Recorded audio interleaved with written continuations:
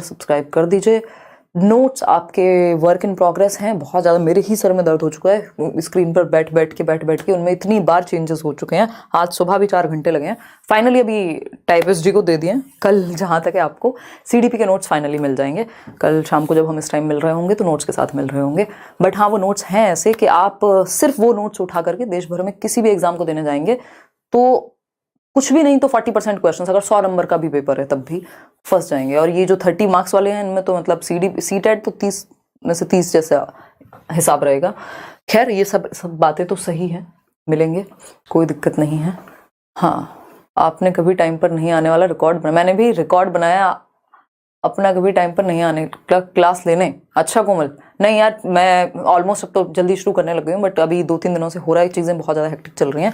चलिए स्टार्ट करते हैं। टेलीग्राम पर आपको ये PDF भी मिलेगी। पहला क्वेश्चन शुरुआत करते हैं फर्स्ट क्वेश्चन की। आप पोल में आंसर करते जाएंगे, 30 क्वेश्चंस आपके सामने आएंगे। और ये आप लैंग्वेज 1 हो, लैंग्वेज 2 हो, हिंदी पेडागोजी की जब हम बात कर रहे हैं तो टॉपिक्स वही 7-8 हैं। इसके भी नोट्स अभी एडवांस में, इसके भी नोट्स आपको कल परसों तक मिल जाएंगे, हिंदी पेडागोजी के भी और इंग्लिश के भी, EVS के भी। तो हमें मिल जाएगा लगभग 1 महीने के करीब, जिसमें आप बार बार इनको पढ़ के रिवाइज कर पाएं। बस आपका काम एक रहेगा कि उनको शेयर करते रहना है। चलिएगा, फर्स्ट क्वेश्चन है सी ऑप्शन। 77% लोग उत्तर दे रहे हैं।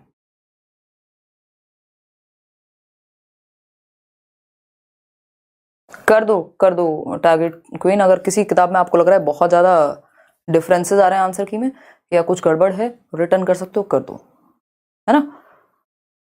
बाकी मैं ये उन लोगों तक पहुंचा दूंगी क्योंकि मेरी बात होती है, तो पब्लिशर्स तक अगर इस तरह का फीडबैक है तो देखिएगा। क्वेश्चन नंबर 1 देखिए, डैश के अनुसार मनुष्य भाषा अर्जन यंत्र के साथ जन्म लेते हैं, उन्हें भाषा सीखने में सहायता करता है।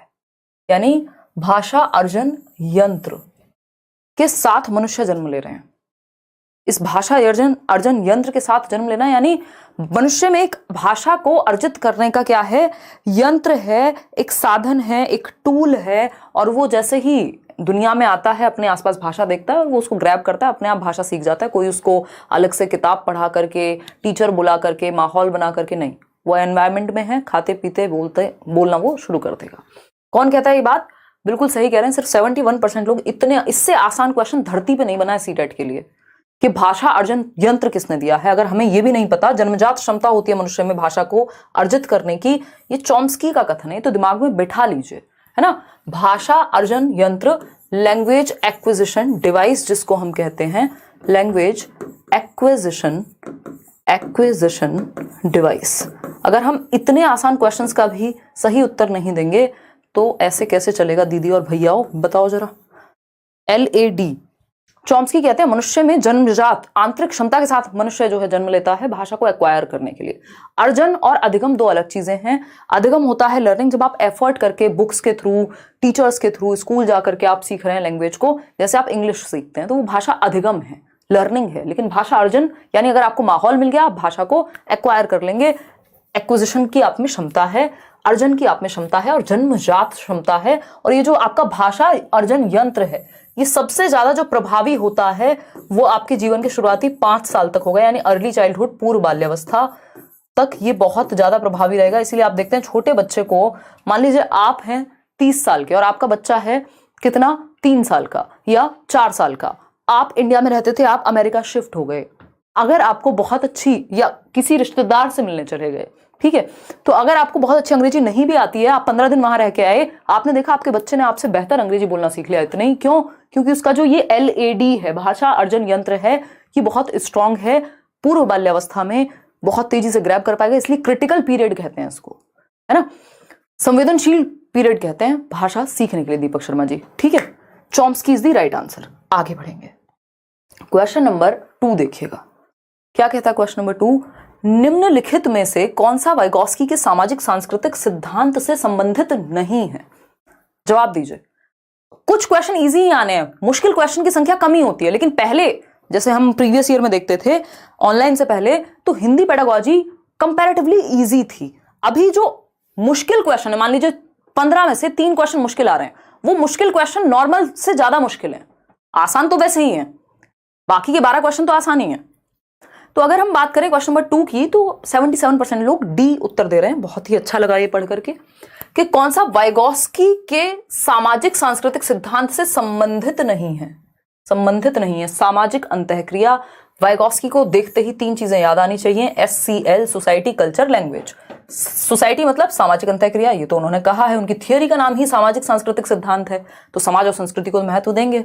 सहायता करना यानी स्कैफोल्डिंग, मचान, बिल्कुल सही है। समीपस्थ विकास का क्षेत्र, अब जिसकी सीडीपी अच्छी है क्या वो इसको आंख बंद करके नहीं सॉल्व कर देगा? बिल्कुल। लेकिन अभी लास्ट क्वेश्चन में इन्होंने पूछा था भाषा अर्जन का यंत्र, ये तो चॉम्स्की ने दिया है ना, बाबा चॉम्स्की दे करके गए हैं।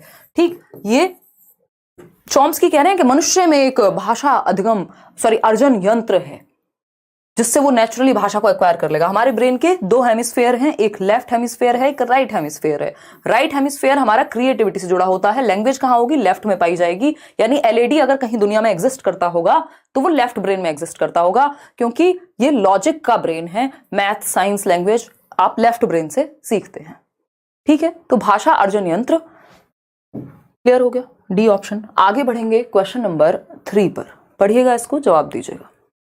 अब ये क्वेश्चन आपको बेसिकली ये डिस्ट्रैक्ट करते हैं। आज भी मैं क्लास में भी वही हम बात कर रहे थे कि क्वेश्चन से ज्यादा कई बार ऑप्शंस मुश्किल होते हैं, और 3 ऑप्शन जो हैं वो डिस्ट्रैक्टर कहलाते हैं। ये बात तो बिल्कुल फैक्ट ही है कि जब क्वेश्चन बनाया जा रहा है साइकोलॉजिकली तो 3 ऑप्शन तो आपको डिस्ट्रैक्ट करने के लिए ही डाले गए हैं ज्यादातर। अगर दोनों ऑप्शन सही नहीं है उस केस में तो वो डिस्ट्रैक्ट करने से बचना है, ऑप्शंस के अकॉर्डिंग आपको आंसर तक पहुंचना है। एक ही है उत्तर तो सही।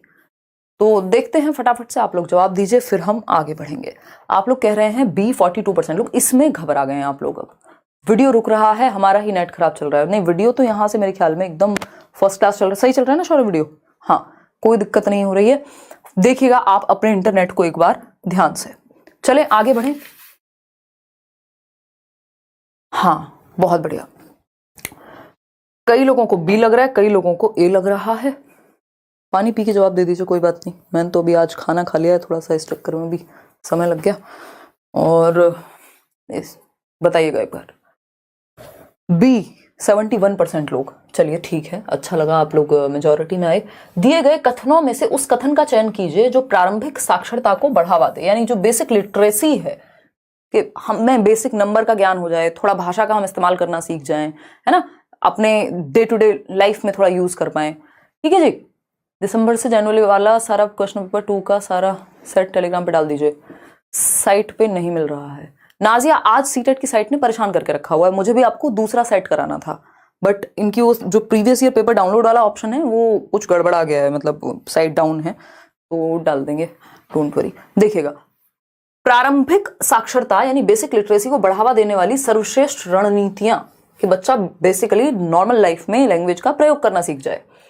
पहला ऑप्शन है भाषा विकास के आरंभिक वर्षों में अभिभावकों द्वारा की गई बातचीत, यानी जो उसके एनवायरमेंट में आसपास में बातचीत हो रही है उससे वो प्रारंभिक साक्षरता उसके अंदर आएगी, दुनिया की भी जानेगा, दुनिया को भी थोड़ा बहुत थोड़ा भाषा का प्रयोग कर पाएगा। सही बात है, सुंदर बात है, सस्ती बात है, टिकाऊ बात है, कोई दिक्कत नहीं है। ठीक है जी। अब आता है बी ऑप्शन, बच्चों को कहानियां पढ़कर सुनाना।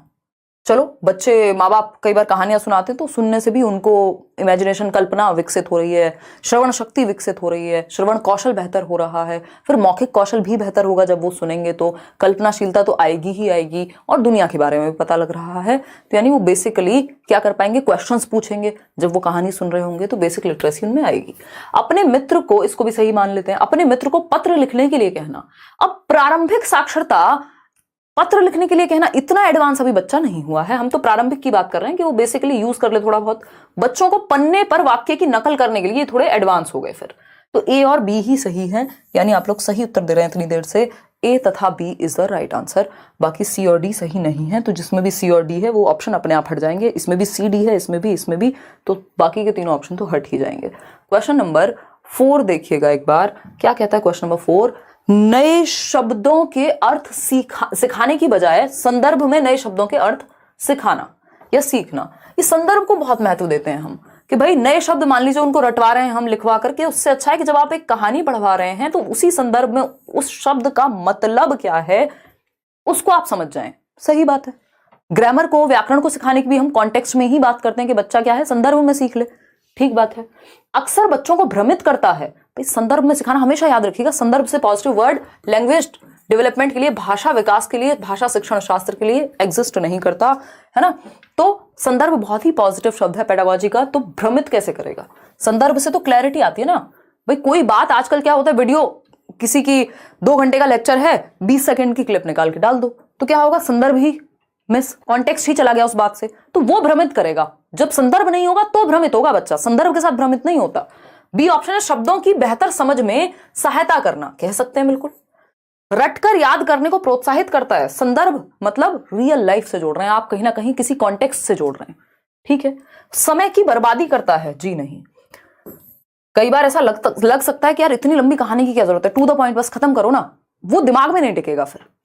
शब्दों की बेहतर समझ में सहायता करता है, बहुत जल्दी में रहते हो बोल को लेकर, तो सही है, ये बात सही है कि शब्दों की बेहतर समझ में सहायता करता है, क्योंकि आप उस शब्द का प्रयोग कहां करना है, कैसे किया जाएगा, क्या मतलब होता है वो समझ जाएंगे। ऐसा नहीं आपने बस रट्टे लगाए हुए हैं वर्ड्स के और वर्ड मीनिंग ही बता पाते हैं, जब यूज करने की बारी आती है तो ना लिख पाते हैं ना बोल पाते हैं ठीक से उन शब्दों को। वैसे आपको बहुत सारे शब्दों की मीनिंग पता है ना। चलिएगा, खैर क्वेश्चन नंबर 5 देखिएगा। डैश पंक्तियों के बीच बीच में से अर्थ समझने के संकेत देता है। यानी पंक्तियों के बीच बीच में से क्या होता है? रीडिंग बिटवीन द लाइन्स, कि कहा क्या जा रहा है, रीडिंग बिटवीन द लाइन्स। किस तरह की रीडिंग से ये चीज को बढ़ावा मिलेगा, बताइएगा एक बार। यानी क्या बात चल रही है उस स्टोरी में, किस तरह के पठन से पता लगेगा। लाइक शेयर करते रहना खुशी खुशी।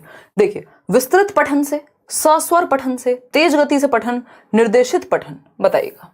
सस्वर होता है लाउड रीडिंग, विस्तृत पठन में तो फिर आपको बीच बीच में से नहीं, वहां तो सब आपको सारा ही पता लग जाएगा फिर, ठीक है ना। तो इसका सही उत्तर निर्देशित पठन जैसा तो गाइडेड की तो यहां बात ही नहीं होगी, तेज गति से पठन है, सी ऑप्शन, ठीक है ना।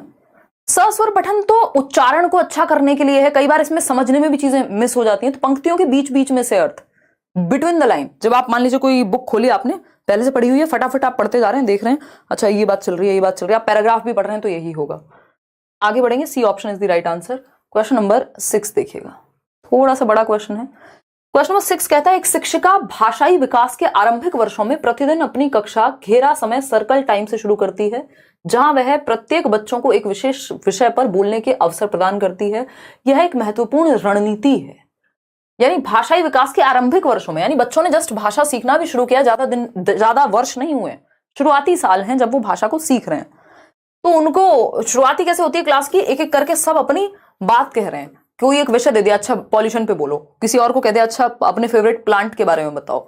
तो बच्चे क्या कर रहे हैं, यहाँ अभिव्यक्त कर रहे हैं जो भी उनको उस विषय के बारे में पता है। बात तो सुंदर लग रही है, देखते हैं। पठन कौशल को विकसित करने के लिए महत्वपूर्ण है, पढ़ने की तो यहाँ बात ही नहीं हुई है। अक्षरों की पहचान के लिए पढ़ने की बात ही नहीं हुई है सरकार। प्रारंभिक साक्षरता के लिए, हाँ बेसिक लिटरेसी इसमें आएगी। बोध पठन के लिए पठन पठन पठन नहीं, भाषा को प्रयोग कर ले बच्चे, उतने की ही बात हो रही है। जब किसी विषय पे बोलने को कहा गया, इसका मतलब ये थोड़ी कि वो रट्टे लगा करके आए, किताब से पढ़ के बताएं, ऐसा कुछ नहीं है। आपको क्या आता है उस पे बोलना है। तो प्रारंभिक साक्षरता के लिए कह सकते हैं, ये बात नहीं कह सकते, कह सकते हैं बिल्कुल, कोई दिक्कत नहीं हो रही इस बात को कहने में। आज थोड़ी सी मैं टायर्ड हूं, कह सकते हो आप, तो थोड़ा ऐसा क्या कहें, मजे लेने वाले मौके भी धीरे धीरे मेरी शायद तबीयत खुलेगी आप लोगों से बात करके। वेरी वेरी थैंक यू, आपकी वजह से बीएड करने में मजा आ रहा है। बस मजे ही आने चाहिए जीवन में, मजे में आप सिखाएं दूसरों को और सीख जाएं, बस इससे अच्छा और कुछ नहीं हो सकता। सी ऑप्शन है, प्रारंभिक साक्षरता बच्चे में डेवलप हो जाएगी जब वो डेली बेसिस पे आएगा, अपने आप को थोड़ा सा एक्सप्रेस करना सीखेगा, भाषा का प्रयोग सीखेगा, दूसरों को प्रयोग करते हुए देखेगा कि कैसे बोल रहे हैं। पढ़ने की तो यहाँ बात ही नहीं हुई थी। क्वेश्चन नंबर 7 देखिएगा, वर्णों की रूपरेखा बनाना डैश प्रभावशाली रणनीति का उदाहरण है। जवाब दीजिए, जवाब दीजिए। कितने लोग हैं हम लोग? अभी 24,000 लोग जुड़े हुए हैं, 8,300 लोगों ने लाइक किया है। अब कई लोग कहेंगे हम यहाँ लाइक करने नहीं आते हैं, कोई बात नहीं, आप सेशन देख लीजिए, है ना, लेकिन आप लाइक भी कर सकते हैं, ठीक। देखिएगा, फटाफट से जवाब दीजिएगा, फिर हम आगे बढ़ेंगे। ए ऑप्शन, वर्णों की रूपरेखा बनाना शिक्षार्थियों में शब्द संपदा के संवर्धन के लिए हेल्पफुल है, व्याकरणिक नियमों को सीखने के लिए, पठन सामग्री में व्याकरण को एकत्रित करने के लिए, प्रक्रिया लेखन के लिए। अभी तो आप बेसिक समझ रहे हैं कि कैसे कौन सा वर्ण कहां प्रयोग किया जाता है, तो अभी तो आप शब्द भंडार आपका बेहतर होगा, अगर आप इनको समझ पाएंगे तब जाकर के शब्द की तरफ जाएंगे। अभी पूरा पढ़ना व्याकरण नियम तो बहुत दूर की बातें हैं। तो शिक्षार्थियों में शब्द संपदा के संवर्धन के लिए बेसिकली उनका जो शब्द भंडार है वो बेहतर होगा। यदि आपको आइडिया लग गया है कि कहाँ पे किस वर्ण को, किस अक्षर को प्रयोग किया जाता है किस शब्द के अंदर, A option is the right answer. आगे बढ़ेंगे, क्वेश्चन नंबर 8 देखिएगा क्या कहता है। क्वेश्चन नंबर 8 ये कहता है भाषा अधिगम के डैश सैद्धांतिक दृष्टिकोण से स्पष्ट है कि बच्चे प्रयत्न तथा त्रुटि से भाषा सीखते हैं। त्रुटि एवं प्रयत्न का सिद्धांत, त्रुटि एवं प्रयत्न का सिद्धांत, ये आपके नोट्स में मैंने बहुत ही कम शब्दों में पुट किया है, क्योंकि एक तो ये बहुत जद्दोजहद है कि मैं नहीं चाहती कि वो नोट्स बहुत बड़े हो जाएं, सब कुछ भर दिया जाए उनमें, फिर तो आप किताबें ही पढ़ रहे हैं ऐसे तो क्या फायदा है। तो बहुत काम की चीजें, टू द पॉइंट चीजें आपको मिले, उस चक्कर में मेरे सर में दर्द हो चुका है। बट मजा बहुत आएगा जिस दिन आपको मिलेंगे, वो मतलब कल ही मिल जाएंगे, बहुत अच्छा लगेगा, मतलब आपको मैं पहले से ही सोच पा रही हूँ। देखिएगा बी ऑप्शन है, 44% लोग कह रहे हैं। त्रुटि एवं प्रयास, ट्रायल एंड एरर। याद कीजिए एक व्यक्ति नाम के व्यक्ति थे, सुन रहे हो मेरे को, व्यक्ति नाम के व्यक्ति, क्या कहते थे उन व्यक्ति नाम के व्यक्ति को? थॉर्नडाइक कहते थे कि व्यक्ति प्रयास करता है, त्रुटियां होती हैं, फिर से प्रयास करता है, फिर अधिगम हो जाता है एक टाइम पे। और थॉर्नडाइक क्या है? व्यवहारवादी हैं। त्रुटि एवं प्रयास यानी बिहेवियरिस्टिक बात है, कॉग्निटिविस्ट नहीं है, वो तो दिमाग के प्रयोग की बात करेंगे या थिंकिंग स्किल्स की, रीजनिंग की बात करेंगे। संज्ञानात्मकवादी बार बार प्रयास की आदत डलने की बात सिर्फ व्यवहारवादी करते हैं। सामाजिक सांस्कृतिक में तो फिर आपके वाइगॉस्की आ जाएंगे। तो बी ऑप्शन एकमात्र सही उत्तर यहाँ कहलाएगा।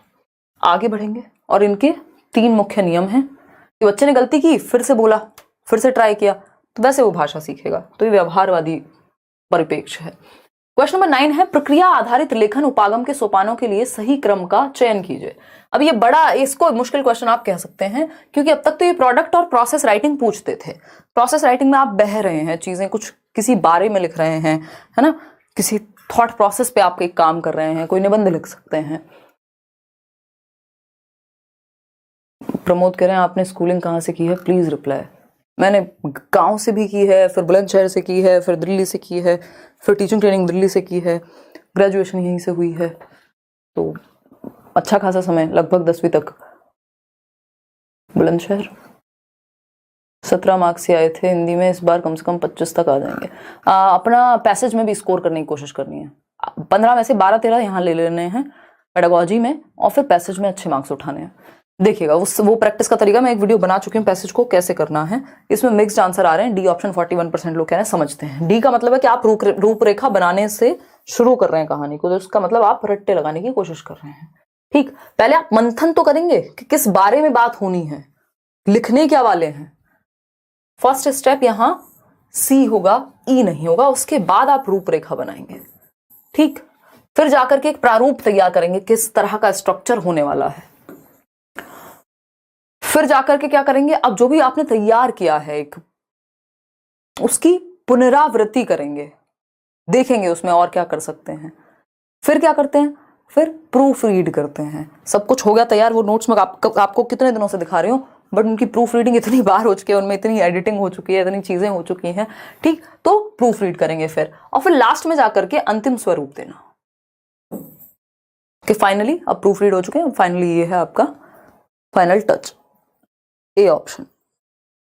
आगे बढ़ेंगे नेक्स्ट क्वेश्चन पे। क्वेश्चन नंबर है 10।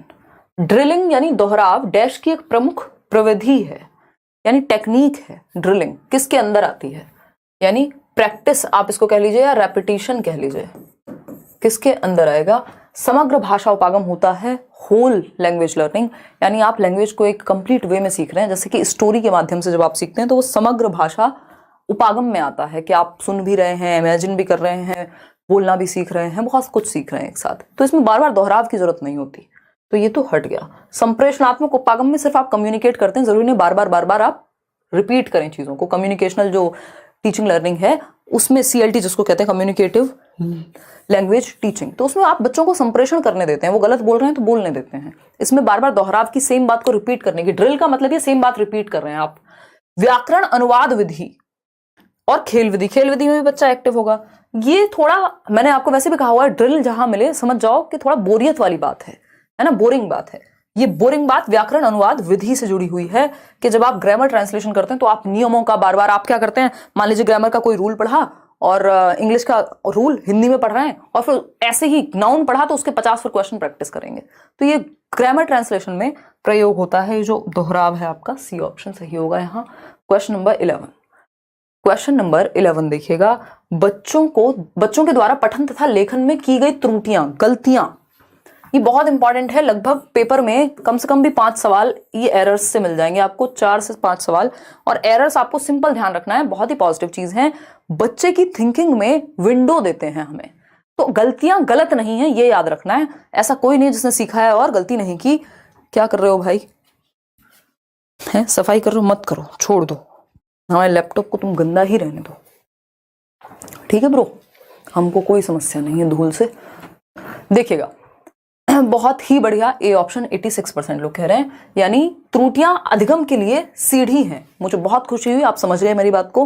गलतियां क्या हैं, बढ़िया हैं, होने दो। मतलब इसका मतलब ये नहीं है कि गलतियां ही होने दो, गलतियां होने दो और होने ही दो, ये गलत है ना। जैसे कई लोग कहते हैं लिसनिंग, स्पीकिंग, रीडिंग, राइटिंग ये होने चाहिए 4। मनोवैज्ञानिक तरीका जो है वो ये है कि सुनना, बोलना, पढ़ना और लिखना। अब सिर्फ ये ही है, ये गलत है, लेकिन होना ये चाहिए, है ना। इसी क्रम में सीखे जाते हैं, ये गलत है, लेकिन हाँ क्रम यही है। भाषा विकास में बाधाएं, गलतियां बाधाएं नहीं बनती। प्रवाह प्राप्त करने में रुकावटें, अगेन ये नेगेटिव है। और एरर क्या है, पॉजिटिव वर्ड है, ठीक। बच्चे की गलतियां, भाषा सीखने में व्यक्ति की अयोग्यता, इनेबल है, अगर गलती कर दी, अनेबल है, फिर वो नहीं सीख पाएगा। भाषा अधिगम के लिए सीढ़ी है। गलतियां क्या है पता लगेगा, ऊपर कैसे जाना है समझ में आ गया आपको। अब आप 2 स्टेप आगे जाएंगे उसको ठीक करके। तो A option is the right answer. Question number 12 देखिएगा, आसान सा सवाल है, भाषा अधिगम के रचनावादी उपागम में, रचनावादी समझते हैं, कंस्ट्रक्टिविस्ट। रचना यानी बच्चा क्या है, सक्रिय होगा, एक्टिव होगा, ठीक। कंस्ट्रक्टिविस्ट प्याजे, वाइगॉस्की क्या है, रचनावादी लोग हैं। इतनी बात क्लियर है, कोई दिक्कत परेशानी नहीं है। पीक टॉपिक के लिए न्यू स्ट्रेटेजी बता दीजिए। बताएंगे यार, पहले मेरे को नोट से फ्री हो जाने दो, अगले 2-3 दिन में बैंड बजी हुई है एकदम, और ऊपर से कुछ इवेंट्स और हैं, उनको भी कैंसिल नहीं कर सकते, बड़े इवेंट्स हैं, मत पूछो। देखिए बताइएगा, सी ऑप्शन कह रहे हैं 84% लोग। जिज्ञासा आधारित अधिगम, बिल्कुल सही बात है। बच्चा एक्टिव कहाँ है, प्रभावकारी औजार के रूप में ड्रिल, दोहराव, इसको तो हम नेगेटिव मानते हैं, इससे तो बोरियत होती है, रचनावाद में नहीं आता है ये बार बार प्रैक्टिस करना। आदत का निर्माण यानी एक हैबिट डलवा दो, ये व्यवहारवाद का हिस्सा है, दोनों ही, ड्रिल भी और ये आदत का निर्माण भी।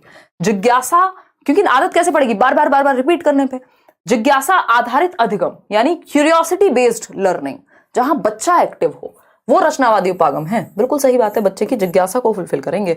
व्याकरण के नियमों का अभ्यास, अगेन रट्टाफिकेशन हो गया। बच्चा सक्रिय सबसे ज्यादा सी ऑप्शन में, और जहां बच्चा सबसे ज्यादा एक्टिव है वो बेस्ट ऑप्शन है दुनिया का, 1 नंबर दिलाएगा ही दिलाएगा। क्वेश्चन नंबर 13 देखिएगा, national education policy. National education policy को भी अलग से प्रॉपर नोट्स में डाला है, कंप्लीट डिटेल में थोड़ा सा डाला है, देखिएगा। जवाब दीजिएगा, जवाब। जनता क्या चाहती है, जवाब चाहती है। ऑल सब्जेक्ट के नोट्स मिलेंगे, बट एसएसटी और साइंस के नहीं मिलेंगे, उसके अलावा मिल जाएंगे। देखिएगा, उसके अलावा Hindi, English, math, CVS, CDP, कोई कह रहा है हम तो पूछेंगे, माही है ये शायद, देखिएगा। सही है। क्वेश्चन नंबर 13 देखिए, बुनियादी स्तर पर एनईपी यानी एक बेसिक लेवल पे जो नेशनल एजुकेशन पॉलिसी है, किस चीज पर ध्यान केंद्रित करती है? बच्चे की भलाई पे ही करेगी, और क्या है, बच्चे की भलाई से ऊपर किसी भी पॉलिसी के लिए क्या हो सकता है, ये तो हमारा फंडा है। तो ए ऑप्शन है साक्षरता पर, बी ऑप्शन है साक्षरता तथा अंक ज्ञान पर, प्राकृतिक विज्ञान पर, सामाजिक अध्ययन के शिक्षण पर। ये सब तो बाद में आएगा, पहले बेसिक लिटरेसी तो पता हो बच्चों को, बेसिक लिटरेसी तो आती हो। क्यों इतने गलत आंसर देते हो यार, आंसू आ गए मेरे ये आंसर देख करके। 28,000 लोग जुड़े हुए हैं, 12,000 लोगों ने लाइक किया है, उसमें से 13-14,000 लोगों ने वोट किया है आंसर के लिए, और उसमें से भी 40% लोग डी ऑप्शन कह रहे हैं, और ए ऑप्शन कह रहे हैं 34% लोग। क्या करूं मैं, है क्या करूं मैं? आखिर एक ने भी सही उत्तर नहीं बताया। कितने लोग हैं जो सही उत्तर दे रहे हैं, देखूं एक बार। 9% लोग, सिर्फ 9% लोग। क्या इन्हीं 9% लोगों को सीटेट क्लियर चाहिए? ये तो इतना आसान था। मतलब हम एनईपी के बेसिक क्वेश्चन भी नहीं कर रहे। जो मैंने एक सेशन कराया हुआ है नेशनल एजुकेशन पॉलिसी पे, सिर्फ उसको भी देख लीजिए, आपको ये समझ में आ जाएगा कि बेसिक अर्थमेटिकल स्किल्स आपको आती हो, और बेसिक न्यूमरेसी स्किल्स जिसको वो बोल रहे हैं, जिसमें भाषा का प्रयोग और बेसिक मैथ्स का कैलकुलेशन वगैरह आपको आता हो। तो साक्षरता तथा अंक ज्ञान पर फोकस करती है, सिर्फ साक्षरता पर नहीं, बेसिक न्यूमरेसी स्किल्स भी तो आए, लिटरेसी के साथ साथ न्यूमरेसी भी आए, ठीक है। तो B option is the right answer. ध्यान रखेंगे इस बात को। क्वेश्चन नंबर 14 देखिएगा, क्या पूछा है। निम्नलिखित में से कौन सा मौखिक संप्रेषण को बढ़ावा नहीं देता। मौखिक संप्रेषण यानी ओरल कम्युनिकेशन। जब आप बात कर रहे हैं, जैसे मैं और आप अभी बात कर रहे हैं, हालांकि आप उधर से लिख के बात कर रहे हैं, बट जैसे मैं और शौर्य यहाँ बैठे हैं, तो हम अगर बात करें जैसे कल हमने लास्ट में किया, तो वो मौखिक संप्रेषण है, यानी हम ओरल लैंग्वेज का यूज कर रहे हैं एक दूसरे से बात करने के लिए। पत्र का प्रयोग नहीं कर रहे हैं कि लीजिए अब आप इसमें लिख के जवाब दीजिएगा। तो संप्रेषण को बढ़ावा क्या नहीं देता। बच्चों द्वारा एक दूसरे से बातचीत करना, इससे तो बढ़ावा मिलेगा, मौखिक रूप से बात कर रहे हैं, सही है ये तो। टेलीफोन पर अपने अनुभव साझा करना, इससे भी मौखिक भाषा, टेलीफोन पे क्या प्रकट हो जाते हैं हम, प्रकट भी हो जाएंगे। अगर वीडियो कॉल भी होगी तब भी मौखिक मुंह से तो बोलेंगे ही ना, तो ये भी पॉजिटिव है। समाचार प्रसारण या बच्चे का साक्षात्कार लेना, यानी आप इंटरव्यू ले रहे हैं बच्चे का, तो इंटरव्यू लेने में बच्चे को बोलना तो पड़ेगा, तो इससे तो ओरल लैंग्वेज उसकी अच्छी होगी। भाई आप मान लीजिए केंद्रीय विद्यालय के लिए जाएंगे, इंटरव्यू के लिए आप मॉक टेस्ट, मॉक इंटरव्यूज तैयार करेंगे, हम लोग बैठ के बातें करेंगे मान लीजिए, तो उसमें क्या होगा, बोलने की क्षमता तो बेहतर हो ही रही है ना, मौखिक भाषा तो अच्छी हो ही रही है। लेकिन समाचार प्रसारण, समाचार प्रसारण अगर आप खुद कर रहे हैं, अगर आप एंकर हैं, है ना, जो भी हैं आप, अब कई सारे एंकर्स हो सकते हैं, नाम लेंगे तो कई लोग ऐसे होंगे खतरनाक, तो आप मान लीजिए कोई भी एक एंकर है जो भाषा बोलते हैं, समाचार पढ़ते हैं, तब तो आपकी मौखिक भाषा अच्छी हो रही है। लेकिन समाचार प्रसारण का मतलब है जब आप सुन रहे हैं, तो सुनने से मौखिक भाषा उतनी ही अच्छी नहीं हो जाएगी ना, उससे बेहतर ऑप्शंस हैं, कुछ प्रभाव पड़ेगा सुन के, लेकिन कम्युनिकेशन नहीं हो रही ओरल, आप सुन रहे हैं मतलब रिसीव कर रहे हैं सिर्फ। तो सी ऑप्शन गलत है, और जो गलत है वही सही है। आगे बढ़ेंगे, क्वेश्चन नंबर 15 पर निष्क्रिय शब्दावली है। एक तो होती है आपकी एक्टिव वोकैबुलरी, दूसरी होती है पैसिव वोकैबुलरी, या इसको इस तरह से भी देख सकते हैं कि एक्सप्रेसिव है कि रिसेप्टिव है। ग्रम्यात्मक शब्दावली की बात हो रही है जिसको आप ग्रहण कर रहे हैं और प्रयोग उस समय पे नहीं कर रहे हैं डायरेक्ट, या फिर क्या, बताइएगा एक बार, फटाफट से बताइएगा। शेष नारायण वर्मा, अच्छा जी, पास तो हो जाएंगे अगर सिर्फ पेडागोजी अच्छे से समझ लें, सिर्फ नोट्स भी पढ़ लोगे तो पास तो हो जाओगे आकांक्षा, उसकी टेंशन नहीं लेनी, पास का डर नहीं है आपको। और ये जो मैं कह रही हूँ ना, मुश्किल का मतलब भी कुछ क्वेश्चन मुश्किल हुए ना, 3 क्वेश्चन पहले भी मुश्किल आते थे, लेकिन पहले की मुश्किल से भी ज्यादा लेवल इन्होंने अब बढ़ा दिया, लेकिन वो 3 ही क्वेश्चन है ना, 12 तो नंबर लाओगे कम से कम, और उसमें भी सही करने का प्रयास करोगे, क्या पता है भाई, क्या पता, बताओ एक बार, सही है बात या नहीं। कितने लोग हैं हम, 29,000 लोग हैं, इमेजिन करो 29,000 लोग एक जगह पे बैठे हुए हैं, 30 हो गए हम लोग। चलिए सिर्फ, लेकिन आज इतने गलत जवाब आप लोग दे रहे हो, ऐसा लग रहा है टेंशन में आ गए हो। करेंगे यार Hindi pedagogy, don't worry, tension नहीं लेने का, स्टाइल में रहने का। देखिएगा एक बार, अगर हम बात करते हैं किस चीज की, ए ऑप्शन कह रहे हैं लोग, कितने लोग हैं यार ये, 35 से भी कम है 25% लोग। ABC तीनों में ही कंफ्यूज हैं आप भाई साहब। देखिए, निष्क्रिय शब्दावली यानी पैसिव या रिसेप्टिव ग्रम्यात्मक, जिसको आप एक्टिवली यूज नहीं कर रहे हैं उस समय पे, वे शब्द जिन्हें हम सुनते तथा पढ़ते समय प्रयोग करते हैं, वे शब्द जिन्हें हम बहुधा दूसरों के साथ प्रयोग करते हैं, तो ये निष्क्रिय कैसे हो जाएगी, ये तो सक्रिय हो जाएगी। जिसको आप बहुत ज्यादा दूसरों के साथ प्रयोग कर रहे हैं एक्टिवली, मान लीजिए जैसे सुबह से शाम तक 4 बार यार तो बोल ही देते होंगे आप अपने दोस्तों में, या कुछ नॉर्मल शब्द होंगे जिनका प्रयोग आप बार बार करते हैं, तो ये तो सक्रिय वोकैब है। वे शब्द जिन्हें हम लिखते समय प्रयोग कर रहे हैं, तो इसमें तो हम एक्टिव हैं, ये निष्क्रिय फिर से नहीं हो सकता। वे शब्द जिन्हें हम बोलते समय प्रयोग कर रहे हैं, तो अगेन हम यूज करने में जब ला रहे हैं, तो ये तो सक्रिय शब्दावली हो गई, एक्टिव वोकैबुलरी हो गई। इंग्लिश पेडागोजी में भी यही पूछा जाता है। एकमात्र सही उत्तर यहां हमें ए ही नजर आ रहा है, क्योंकि वे शब्द जिन्हें हम सुनते तथा पढ़ते समय प्रयोग करते हैं, अब ये इन्होंने जो प्रयोग लिखा है ना, यही कंफ्यूज कर रहा है हमें, अदरवाइज तो आंसर यहां साफ था, है ना। इसको समझना, इसके आंसर तक पहुंचने का सिंपल तरीका है कि 3 ऑप्शंस हम एलिमिनेट कर पाए। अगर हमें कंफ्यूजन हो रही है तो हमें इतना पता है कि निष्क्रिय शब्दावली का मतलब है हम प्रयोग नहीं कर रहे होंगे, हम नहीं बोल रहे होंगे, है ना, या डेली यूज में नहीं ला रहे होंगे। तो वे शब्द जिन्हें हम सुनते हैं, सुन रहे हैं मतलब हम तो प्रयोग नहीं कर रहे, और पढ़ते समय प्रयोग करते हैं यानी रिसीव कर रहे हैं। जब आप सुन रहे हैं तब भी आप रिसीव कर रहे हैं, ग्रहण कर रहे हैं, और जब आप पढ़ रहे हैं तब भी आप भाषा को ग्रहण कर रहे हैं। जब आप ग्रहण कर रहे हैं तो आप अभिव्यक्त नहीं कर रहे हैं, बोलने में और लिखने में अभिव्यक्ति होती है। तो हम कहते भी हैं सुनना और पढ़ना क्या है, ग्रम्यात्मक कौशल है, निष्क्रिय कौशल है एक तरह से। और अगर हम बात कर रहे हैं बोलने और लिखने की, अभी मैं बोल रही हूं और लिख रही हूं, तो तो ये क्या हो गया, ये एक्टिव शब्दावली है या एक्टिव कौशल है, सक्रिय कौशल है, अभिव्यक्तात्मक कौशल है। तो यही खेल है इसमें बस।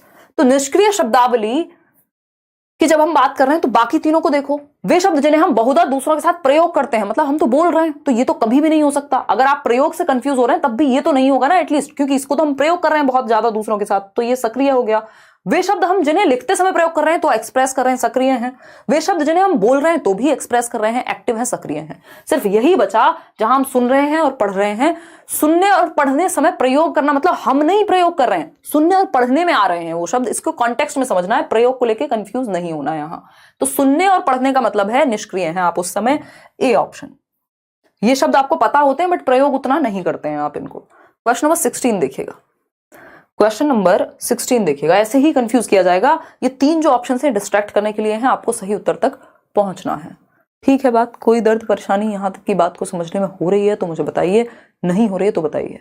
कोई कह रहा है दीदी हंसू ना, हाँ अभिषेक आज मैं थोड़ी सी सीरियस हूँ, ये मुझे भी नहीं पता कि इतनी एनर्जी क्यों लो है, शायद काम का थोड़ा जोर है। देखिएगा अगर हम बात करते हैं, या मैंने आज खाना खा लिया तो एनर्जी थोड़ी कम हो गई है। देखिएगा क्वेश्चन नंबर 16, अध्यापक को काव्य शिक्षण बहुत सावधानी से करना चाहिए, निम्नलिखित कथनों के आधार पर सही विकल्प चुनिए। यानी जब आप कविता को पढ़ा रहे हैं, काव्य को पढ़ा रहे हैं, रचनाओं को पढ़ा रहे हैं, तो कौन सी बात सही है कि इसको सावधानी से आपको प्रयोग करना है। ये देखो गुंजन अलग अलग तरह के इमोजी भेज रहे हैं, गुंजन पेपर में इमोजी निकल जाएंगे सारे, देख रहे हो कितने खतरनाक क्वेश्चन आ रहे हैं हिंदी के। शिक्षक की सही लय के साथ ऊंचे स्वर में पढ़ना चाहिए शिक्षक को, ठीक है। कठिन शब्दों के लिए एक एक शब्द का अर्थ बताना चाहिए। शिक्षक के स्वर तथा मुख पर भाव स्पष्ट होने चाहिए। शिक्षक को विद्यार्थियों की समझ के लिए प्रश्न पूछने चाहिए। बात हो रही काव्य शिक्षण की, कोई कविता पढ़ा रहे हैं मान लीजिए आप, तो अगर स्वर लय और ताल से नहीं पढ़ाएंगे, भाव नहीं होंगे आपके चेहरे पे, तो ऐसा लगेगा एक रॉबर्ट है, हंसी भी नहीं आएगी। अभी तो वही बात होगी ना, गाना गा रहे हैं आप, किसी कविता का पठन कर रहे हैं और एकदम सीरियस होके और ऐसे बातें कर रहे हैं, तो क्या होगा, काम का नहीं है। तो ये तो सही है, ये भी सही है। पूछा क्या है, सावधानी से करना चाहिए, सही विकल्प चुनने हैं। शिक्षक को विद्यार्थी की समझ के लिए प्रश्न पूछने चाहिए। पूछ सकते हो आप कि भाई इस कविता का भावार्थ क्या है, आपको क्या लगता है इसमें कवि क्या कह रहा है, सही है। लेकिन कठिन शब्दों के लिए एक एक शब्द का अर्थ बताना, इसको हम संदर्भ में समझना कहते हैं। अब आप कविता पढ़ रहे हैं तो कविता बीच में रोक रोक के अगर आप हर एक शब्द बताएंगे तो गड़बड़ हो जाएगी। संदर्भ में समझा जाता है, एक एक शब्द कठिन नहीं बताया जाएगा, अलग से बेशक आप लिखवा सकते हो बट ये गड़बड़ हो जाएगी, तो ये सही तरीका नहीं है। तो गलत क्या है, सिर्फ एक बी ऑप्शन हमें गलत मिला है यहाँ, ठीक। और इस गलत को अगर हम हटा देते हैं, तीन ऑप्शन का इन्होंने हमें ऑप्शन, अच्छा 2 का दिया हुआ है, स और ब, स और ब, तो बा तो गलत है, सा तो चलो फिर भी सही है, और इन दोनों को कैसे हटाएंगे, ये तो सही कह रहे हैं। तो सिर्फ 2 से तो काम नहीं चलने वाला, ब और स नहीं चलेगा, केवल अ ब और द, ब नहीं है भाई, अ स द। क्या कहते हैं, 61% लोग ए ऑप्शन को सही मान रहे हैं, और जो कि सही है भी, होना भी चाहिए। क्या है ये, सही है, अ स और द सही है, क्योंकि सिर्फ बी में गड़बड़ है। बाकी तो कविता या जब आप पोयम या पोइट्री पढ़ा रहे हैं तो इनकी जरूरत पड़ेगी कि आप पूरे भावों का प्रयोग करें, एक एक शब्द बताने की जरूरत नहीं होती, कॉन्टेक्स्ट में समझा जाता है। समझ पा रहे हैं। क्वेश्चन नंबर 17 देखिएगा, आसान क्वेश्चन है ये, बस दिखने में बड़ा लग रहा होगा आपको, है ना, क्योंकि 2 ही स्टेटमेंट है प्यारे प्यारे से। बताइए एक बार, इतने में आपके कॉमेंट पढ़ लेती हूँ। 2 सेशन स्टार्ट करा दीजिए, ऑल सब्जेक्ट्स की पेडागोजी करा दीजिए। करा दूंगी रानी, मैं थोड़ी क्लास बड़ी कर दूंगी, 2 को तो अभी के लिए इग्नोर ही करेंगे, क्लास बड़ी कर देंगे 2 की जगह पे। देखती हूँ मैं एक बार प्लान एक करके, पहले ये नोट्स से मुझे फ्री हो जाने दो, क्योंकि बाकी क्लासेस भी होती हैं इसके अलावा भी, यूट्यूब के अलावा भी, तो एक बार नोट्स वाला काम फ्री हो जाएगा तो मैं थोड़ा सा फुर्सत मिल जाएगी।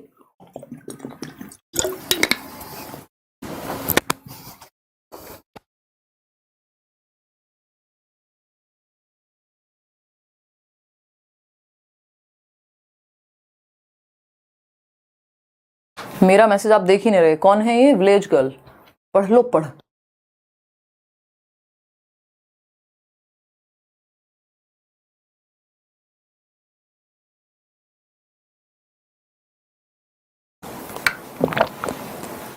जिस टाइम पे हम शुरू करेंगे ना, तो इस तरह से शुरू करेंगे कि एक क्लास में 1.5 घंटे क्लास कम से कम हो जाए, और उसमें टॉपिक्स वगैरह प्लस क्वेश्चन साथ में हम डिस्कस कर लें, डोंट वरी।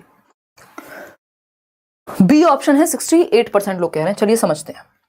अगर हम बात करें, निम्नलिखित कथनों को पढ़िए और उचित विकल्प चुनिए। कथन ए क्या है? कविता निसंदेह रूप से सशक्त भावनाओं का सहज अतिरेक प्रभाव है। यानी कविता क्या है? सशक्त भावनाओं का, जो भी हमारे अंदर भाव उठ रहे हैं उनको हम निकाल करके कविता में लाते हैं। दिल टूट गया, अब आप शायर बन गए, ठीक है ना। ये क्या है? सशक्त भाव, जो ज्यादा जोर मार रही हैं जो चीजें, वही तो बाहर निकलेंगी ना, ठीक है ना। सही बात है, बहुत बढ़िया वर्मा जी। फिर आता है कथन बी, काव्य से ना तो भाषा ज्ञान का विकास होता है और ना ही भाषा की संरचना का अभ्यास होता है। मतलब फिर काव्य बेकार में पढ़ रहे हैं हम, कि ना तो इससे भाषा का विकास हो रहा है और ना संरचना, ना तो हम भाषा की संरचना सीख रहे हैं ना स्ट्रक्चर सीख रहे हैं। तो ये तो गलत बात हो गई, फिर काव्य तो बर्बाद हो गया, इस हिसाब से तो बेकार हो गई, पोइट्री तो पढ़नी नहीं चाहिए फिर तो, है ना। तो ये ट्रू है और ये फॉल्स है आपका। कितने लोग बी ऑप्शन दे रहे हैं? बी क्या है? केवल ए सत्य है और बी असत्य है, बिल्कुल सही है। थैंक गॉड आप इस पे नहीं गए कि दोनों सत्य हैं, ये आपका रटा रटाया ऑप्शन है। आगे बढ़ते हैं, नेक्स्ट क्वेश्चन पे चलते हैं। क्वेश्चन नंबर देखिएगा 18, समझिएगा। निम्नलिखित में से कौन सा काव्य का आवश्यक अवयव नहीं है? काव्य समझ रहे हैं ना, कविता या गद्य, गद्य नहीं पद्य, पोइट्री मान लीजिए। सौंदर्य, भाव, प्रवणता एवं कल्पना बढ़ती है भाई। आप एक कविता पढ़िए, आप कोई इवन कोई भी पोइट्री इंग्लिश की सुन लीजिए, या फिर आप एक शायरी भी सुन लीजिए, अगर उर्दू की बात करें, तो एक तो सौंदर्य, भाव, प्रवणता आती है कि आप प्रेज कर पाते हैं, ठीक है। और कल्पना, इमेजिनेशन तो आएगी ही, ठीक बात है। आप गाना सुन लीजिए, गाना भी इसका अच्छा उदाहरण है। आपके दिमाग में एक तो आप कल्पना कर रहे हैं कितनी सुंदर कोई भी बात हो रही है, तो उसकी लयात्मक भाषा, कोई पहाड़ों पे गाना है तो पहाड़ दिमाग में आ रहे हैं, लयात्मक भाषा या छंद, हाँ लयात्मक भाषा होती है। अलंकारों का प्रयोग भर भर के किया जाता है, ठीक। व्याकरण सम्मत भाषा रचना, ये कई बार मान लीजिए कोई गाना ही है, ठीक है ना। पता नहीं अभी वो केसरिया फेमस हुआ था ना, अब उसमें कोई तो लाइन है जो बड़ा उसकी पूरी वाई भी अजीब सी कर देती है, और ग्रामेटिकली भी आपको अजीब लगेगा। ग्रामेटिकली तो खैर ये सही है ही नहीं, आधे शब्द हिंदी के आधे इंग्लिश के, ये वो।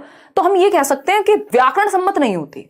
जरूरी नहीं है हमेशा हर कविता जो है वो व्याकरणिक रूप से सही हो, ग्रामेटिकली सही हो, बट हाँ उसमें सौंदर्य बोध होगा, लयात्मकता होगी। कई बार तो हम राइम करने के लिए व्याकरण को बैंड बजा देते हैं व्याकरण की, और अलंकारों का प्रयोग होगा, क्योंकि उससे उसी सुंदरता बढ़ती है, उस बात में वजन या अच्छी लगती है अलंकारों के प्रयोग से। तो व्याकरण सम्मत भाषा का प्रयोग हो ये जरूरी नहीं है, तो डी ऑप्शन ही है जो अवयव नहीं हमें आएगा। क्वेश्चन नंबर 19 देखिएगा, हम 30 क्वेश्चंस करने वाले हैं। निम्नलिखित में से कौन सा कथन असत्य है, यानी ट्रू नहीं है, गलत है, बताइएगा। आजकल ये असत्य है पे बहुत क्वेश्चन पूछ रहे हैं, देखिएगा जवाब दीजिएगा, फिर हम आगे बढ़ेंगे। तो पहला ऑप्शन है, ध्वनि विज्ञान किसी भाषा के ध्वनि प्रतिमान से संबंधित है। यानी ध्वनि, साउंड की बात हो रही है, ध्वनि प्रतिमान से संबंधित होगा, कोई बुरी बात नहीं है। अशुद्ध स्वरों को संयुक्त स्वर कहा जाता है, कह सकते हैं उनको मिश्रित वो जो बनते हैं। 5 स्वर हैं जिनमें 20 ध्वनियां निकलती हैं, ये हम इंग्लिश में भी पढ़ते हैं भाई। 5 वाउल्स हैं जिनसे 20 ध्वनियां निकल रही हैं। अंग्रेजी भाषा में 5 नासिक्य ध्वनियां हैं, ये कहना गलत होगा, ठीक है, ये कहना गलत होगा। तो D option is the right answer. आगे बढ़ेंगे क्वेश्चन नंबर 20 पर। अब पता नहीं अंग्रेजी भाषा हिंदी में पूछने का क्या इनको शौक चढ़ा है इस बार। अंग्रेजी भाषा शिक्षण के उद्देश्य निर्धारित करते समय अध्यापक अपेक्षा नहीं करते हैं। यानी आप इंग्लिश लैंग्वेज टीचिंग करने जा रहे हैं और आप किन को ऑब्जेक्टिव्स में काउंट नहीं करेंगे, इंग्लिश पढ़ाने की कौन से उद्देश्य नहीं होंगे। पहला ऑप्शन है, विद्यालय, कक्षा, घर और समाज में अपने विचार अंग्रेजी में व्यक्त करें बच्चा। अंग्रेजी में साधारण कथन बनाए, बेसिक एक सिंपल सेंटेंस कर पाए क्रिएट। सी ऑप्शन है, पढ़े जा सकने वाले सही विराम चिन्हों और वर्तनी के साथ स्पष्ट अक्षरों में अंग्रेजी भाषा लिखे। यानी जिन शब्दों को पढ़ा जा सके विराम चिन्हों का प्रयोग करे, वर्तनी के साथ स्पष्ट अक्षरों में ठीक ठाक स्पेलिंग हो, अंग्रेजी भाषा में बेसिकली लिखना सीख पाए सिंबल्स का प्रयोग करके, सही है। डी ऑप्शन है, किसी बात, निवेदन, शुभकामनाओं का उत्तर देने में अंग्रेजी का प्रयोग कर सके। यानी कि कोई बात अगर कहनी है, कोई निवेदन अगर करना है, शुभकामनाएं, मान लीजिए आप नई नई इंग्लिश सीख रहे हैं तो आप कहें अच्छा गुड आफ्टरनून मम्मी जी, है ना। बेसिक जब इंसान देखते हैं आप नई नई अंग्रेजी सीखता है, वो हर जगह पे अंग्रेजी का प्रयोग करने की कोशिश करता है ना। वो भाई को भी हे डूड कह के बोलता है। तो ये क्या है, ये सही बात है, ऐसा होता है। बिल्कुल क्लियर हो जाएगा, बिल्कुल क्लियर हो जाएगा। परिहार निधि सिंह कह रहे हैं आपकी प्लेलिस्ट देखने से सीटेट क्लियर हो जाएगा। 5 मैराथन देख लीजिए, जो प्रैक्टिस हो रही है वो देख लीजिए, और अभी जो आने वाला है वो तो एक्स्ट्रा में ही है, ठीक है जी, बात सही है। हाँ सवर शेख, रिलैक्स करेंगे आपके सीटेट के बाद, उससे पहले कोई रिलैक्स नहीं। विद्यालय, कक्षा, घर और समाज में अपने विचार अंग्रेजी में व्यक्त करें।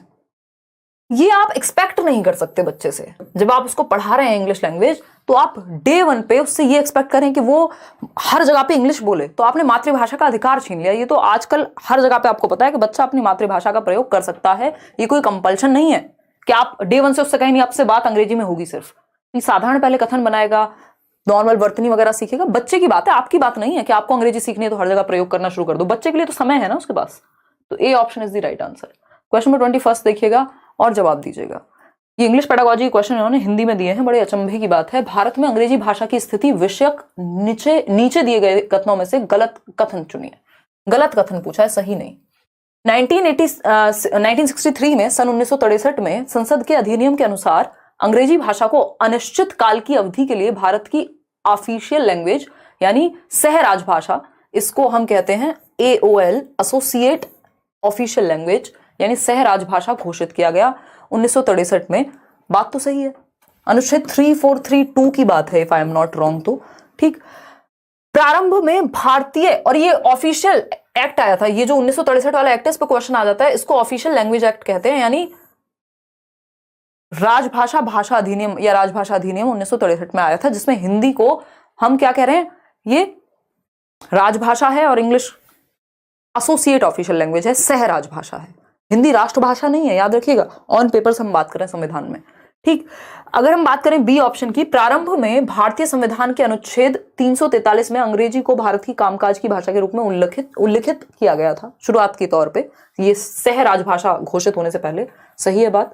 भारतीय संविधान में अंग्रेजी को 15 वर्ष की कालावधि तक कामकाज की भाषा के रूप में सभी कार्यालयीय प्रयोगों के लिए स्वीकृति मिली थी, जो कि चली आ रही है, अनिश्चित काल के लिए बाद में घोषित हो गई थी। राजभाषा संशोधन अधिनियम 1967 के अनुसार अंग्रेजी को भारतीय संविधान की 8वीं अनुसूची में सम्मिलित किया गया है। आप देखेंगे तो ये नहीं मिलेगी आपको, फिर 8वीं जो 8th शेड्यूल है नहीं है, गलत हो जाएगा। आगे बढ़ते हैं, क्वेश्चन नंबर 22 देखिएगा, पढ़िएगा इसको। क्वेश्चन नंबर 22 कहता है निम्नलिखित कथन पढ़िए, क और ख पढ़िए और बताइए कौन सही। अच्छा, ग भी है और घ भी है, 4 कथन है भाई। अंग्रेजी कौशल संबंधित विषय है, अंग्रेजी बोलना और लिखना सीखने के लिए सरलतम तरीका है अंग्रेजी पढ़ना। ये कैसी बात, कह सकते हैं या नहीं कह सकते हैं? मे भी कह सकते होंगे, ठीक है ना। पेपर 2 के लिए भी आपके 3 सब्जेक्ट तो कॉमन है ना, 3 सब्जेक्ट तो बिल्कुल कॉमन है, जिसमें हम कह सकते हैं कि अच्छा, तो हम कथन पढ़ रहे हैं कि अंग्रेजी कौशल संबंधित विषय है, अंग्रेजी बोलना और लिखना सीखने के लिए सरलतम तरीका है कि अंग्रेजी पढ़ी जाए। पता नहीं भाई, हम तो सुनने की बात करते हैं वैसे, बट ठीक है। इस विधि में व्याकरण अधिक नहीं बल्कि बहुत सीमित मात्रा में सीखनी चाहिए, यानी व्याकरण पे जोर नहीं दिया जा रहा, बस पढ़ के समझने पे जोर दे रहे हैं। शिक्षक को मौन पठन कौशल का विकास करना चाहिए, यानी बच्चा साइलेंट रीडिंग कर सके ताकि कॉम्प्रिहेंड कर पाए, समझ पाए। फिर आता है याद करना और अनुसरण करना भाषा सीखने में साधारण क्रियाएं हैं, उपरोक्त विशेषताएं संबंधित हैं डॉक्टर वेस्ट की नवीन विधि से, व्याकरण एवं अनुवाद विधि से, द्विभाषी विधि से या प्रत्यक्ष विधि से। ध्यान से जवाब दीजिएगा। खेल गए हैं ये आपके साथ, मतलब ये इतना आसान क्वेश्चन हुआ करता था जिसको इन्होंने घुमा करके पता नहीं लड्डू बना दिया। पहले ऑप्शन पढ़ के तो मुझे ही लग रहा था पोल में एक ऑप्शन ये भी हो, मुझे नहीं पता कितना अच्छा रहे। हाँ, आज तो जैसा आप लोग जवाब दे रहे हैं कह सकते हैं कि पोल में अगली बार से एक ऑप्शन रखेंगे कि मुझे नहीं पता, मैं नहीं खेल रही, अपने आप देख लो, अपने आप बता दो सही उत्तर, है ना। अगली बार से फिर मैं प्रैक्टिस कर लूंगी, मेरे सर में दर्द मत करो, या खेल रहा भी हो सकता है यहाँ पे। चलिए आप इसका जवाब दीजिए, क्वेश्चन समझेंगे, बड़ा क्वेश्चन है, अभी 8 क्वेश्चन और हैं।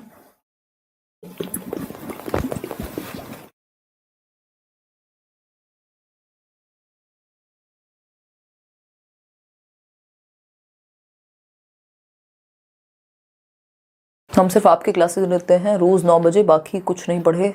हम क्लियर हो जाएगा, हो तो जाएगा ना। प्रीवियस ईयर कर लीजिए सरकार, इतना तो कष्ट कर लीजिए।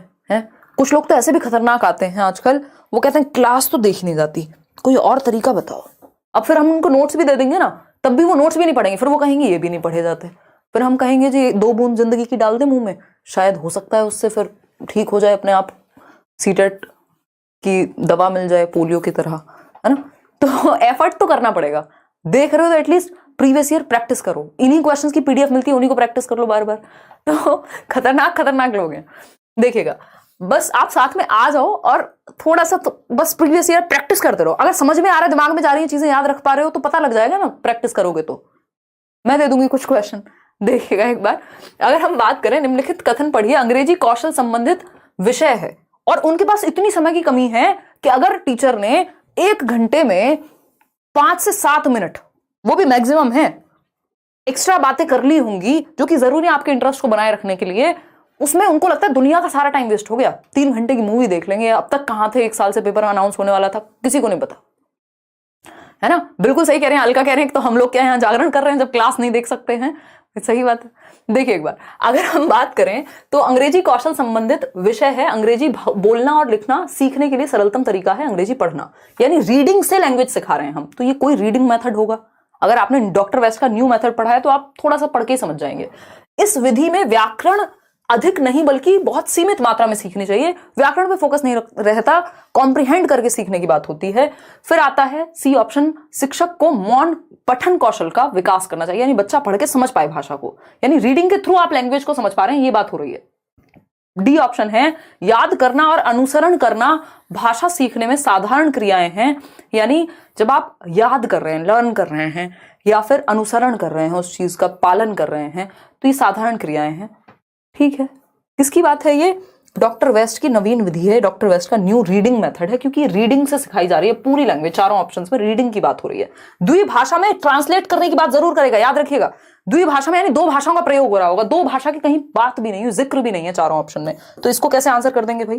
प्रत्यक्ष विधि होती है सिर्फ एक भाषा का प्रयोग, बोलने में स्पेशली, तो प्रत्यक्ष विधि डायरेक्ट मेथड में यह होता है कि आप क्या करेंगे, और प्रत्यक्ष विधि सिर्फ अंग्रेजी की नहीं होती, लेकिन ये मेथड अंग्रेजी का है डॉक्टर वेस्ट वाला। व्याकरण एवं अनुवाद विधि, इसमें आप रूल सीखते हैं, नियम सीखते हैं, नियम की भी बात नहीं हुई है, तो ये तीनों तो अपने आप ही हट गए। और 2 ऑप्शन भी अगर आपको समझ में आए होंगे, जैसे ये पहले वाला, और अगर हम बात कर रहे हैं जैसे मौन पठन की बात या ये वाली बात, तो ये तो आसान है, डॉक्टर वेस्ट का मेथड अगर हमने पढ़ा है तो हम थोड़ा सा इसको समझ सकते हैं। A option is the right answer. प्रत्यक्ष विधि में तो आप पे बैन होता है, आप कोई और लैंग्वेज यूज ही नहीं कर सकते, और बोल के सीखी जाती है प्रत्यक्ष विधि में, पढ़ के नहीं सीखी जाती ज्यादा। ठीक है, तो क्वेश्चन नंबर 23 है, अध्यापक शामपट पर लिखता है या लिखती है? क्या लिखता है या लिखती है, बताइए जरा।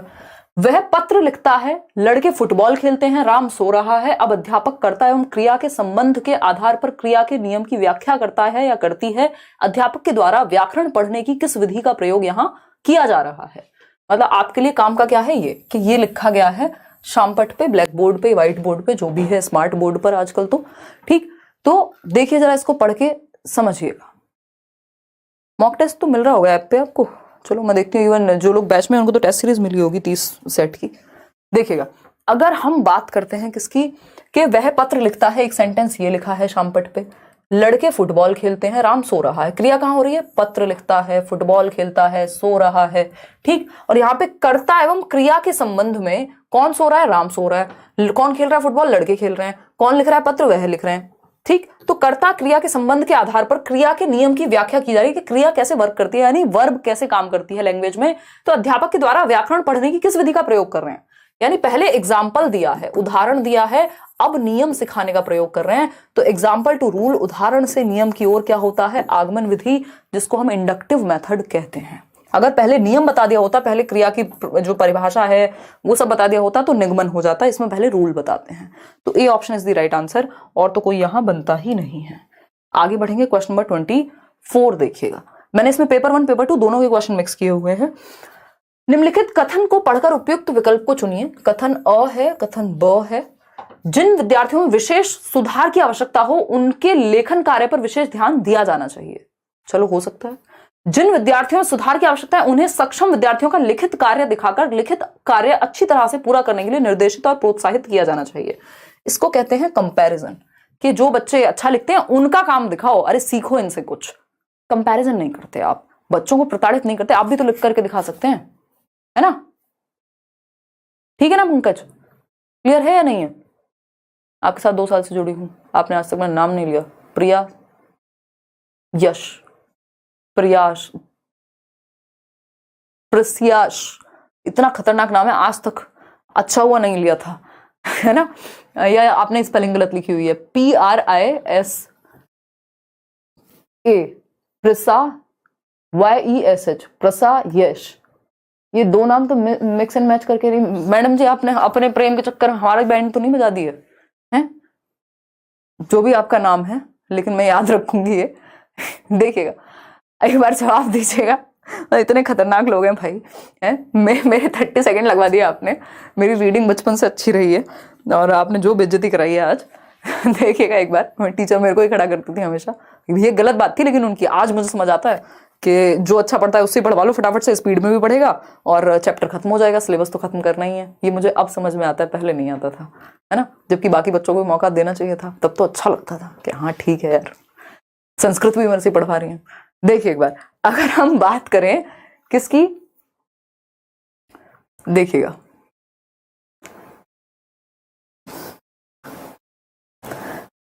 3000 स्टूडेंट्स हो गए, कोई बात नहीं यार, रात का समय है, वैसे चक्कर आ गए होंगे आज के क्वेश्चन देख के। जिन विद्यार्थियों में विशेष सुधार की आवश्यकता होती है उन्हें लेखन कार्य पर विशेष ध्यान देना चाहिए। चलो ठीक है, सारे ही कौशल पे ध्यान दिया जाएगा। जिन विद्यार्थियों में सुधार की आवश्यकता, ये गलत है। पहले वाला सही है, सत्य है, परंतु बी असत्य है। तो ए ऑप्शन सही है, बी गलत है। 80% लोग सही उत्तर दे रहे हैं। आगे बढ़ते हैं, नेक्स्ट क्वेश्चन। भाई दिल पे मत ले जाना प्रिया, हम बस वो लगा रहे हैं यहाँ पे अनुमान कैसा हुआ होगा। क्वेश्चन नंबर 25, कक्षा हंसी ठहाकों के बिना एक नीरस स्थान है, हल्के फुल्के ठहाके अध्यापन में बहुत मददगार हैं। बताइए, यही हम करते हैं क्लास में, देखिएगा बताइएगा, फिर हम आगे बढ़ेंगे। और हैं कुछ 5 सवाल, फिर आप और शौर्य सो जाइएगा, मुझे कल के लिए भी काम करना है। शादी कब करेगा मैम, आप लेट हो रहा है। रोशन, कौन सी डेट निकली जा रही है? एक्सपायरी डेट होती है क्या इंसान की? खत्म, टाटा बाय बाय फिनिश है। लेट तो हो रहा है, फिर बाकी क्या करें, लेट हो रहा है। देखो तो सही, ट्रेन नहीं है ना। शादी कब करिएगा? शादी, हमारी शादी में बहुत इंटरेस्ट है, हैं? भंडारा करवाएंगे। अपनी अपनी करो यार, नौकरी लगाओ, खुश रहो। कर लिया हमें जो करना था जीवन में, अब क्या कर लेंगे जब करनी होगी, बहुत काम है अभी करने को। देखिए, शादी मत करिए मैम, शिवानी कह रही है। मतलब मेरी शादी के अलावा कोई और टॉपिक है इस कमेंट सेक्शन में? मैं अभी देखा। देखिए एक बार, हाँ हम इसी की बात कर रहे थे अभी। क्वेश्चन समझते हैं। कक्षा हंसी ठहाकों के बिना एक नीरस स्थान है, यानी क्लासरूम जहां हंसी ठहाके होते ही नहीं है, कोई हंसी मजाक होता ही नहीं है, सब रोबोट्स की तरह बैठे हैं। टीचर आया, रोबोट की तरह पढ़ा के चला गया, ये पढ़ेंगे वो पढ़ेंगे, खत्म। तो उस हिसाब से तो मेरे से ज्यादा स्पीड में शायद ही बहुत ही कम लोग होंगे जिनकी स्पीड इतनी होती होगी बोलने की, या आप इसको आप अच्छा कह लीजिए या बुरा कह लीजिए, या पढ़ने की भी अगर हम बात करें तो खत्म। फिर तो आज का सेशन, कितने क्वेश्चन थे? 30 क्वेश्चन थे, 20 मिनट में 15 मिनट में भी खत्म कर सकते थे हम, कोई पॉइंट नहीं रहा। लेकिन पहले तो एक्सप्लेनेशन चाहिए, दूसरा बीच बीच में हंसी ठहाके भी चाहिए। हल्के फुल्के ठहाके अध्यापन में बहुत मददगार हैं। उससे क्या होगा, वो प्रेशर रिलीज होगा, बच्चे का इंटरेस्ट जागेगा। क्योंकि आपने अगर इंटरेस्ट क्रिएट कर दिया, सीख तो वो जाएगा और आप सिखा भी देंगे। तो हंसी ठहाके क्या है, जरूरी है क्लासरूम में। ये उदाहरण हमारी क्लास का है, ठीक। उपयुक्त कथन निम्नांकित में से क्या इंगित करता है? यानी बच्चे तो एक्टिव है ना, सक्रिय हैं, बच्चों का सक्रिय होना जरूरी है, अदरवाइज आप उनको रटवा दो। कुछ बच्चे तो सीख जाएंगे, कुछ तो इतने खतरनाक होंगे, मैं आऊं और एकदम पूरे टाइम सिर्फ पढ़ा करके एक सिंगल कॉन्टेक्स्ट में भी, उदाहरण में भी ना हंसूं, तो वो फिर भी पढ़ लेंगे, हाँ बहुत बढ़िया बात है। लेकिन ज्यादातर लोग नीरस महसूस करेंगे, सक्रिय नहीं रह पाएंगे। और ज्यादातर लोग, या मेजोरिटी कैसे सीखती है, क्लास वो अच्छी है जहां सबका इंटरेस्ट बन पाए। सिर्फ 20 लोगों के लिए तो नहीं है जो टॉपर हैं, सिर्फ उनके लिए तो क्लास नहीं होती, ठीक है ना। 20 तो खैर, मतलब 20 में इसलिए बोल रही हूँ क्योंकि 30,000 लोग हैं। शादी के बिना भी सीटेड निकल जाएगा, हाँ हाँ बिल्कुल सही बात है, एकदम सही बात है, सही समझे आप, बताइएगा। खैर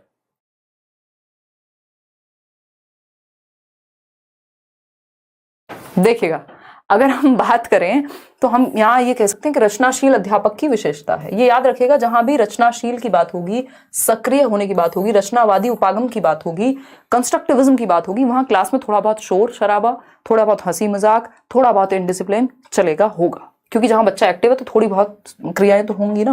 पढ़ने की विधि है, वातावरण, बच्चे के स्वभाव का ज्ञान, ये सब नहीं।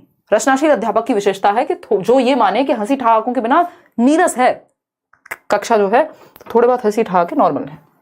अब ऐसा नहीं है हंसी ठहाकों में क्लास नहीं होनी चाहिए। तो पता चल रहा है क्वेश्चन हुए हैं 2, या सीखे नहीं कुछ भी और 1 घंटा निकल गया, टीचर बने पड़े हैं स्टैंड अप कॉमेडियन, वो भी नहीं होना चाहिए। शिक्षण में स्वर संबंधी विधि के बारे में निम्नलिखित में से क्या सही नहीं है? बताइएगा एक बार।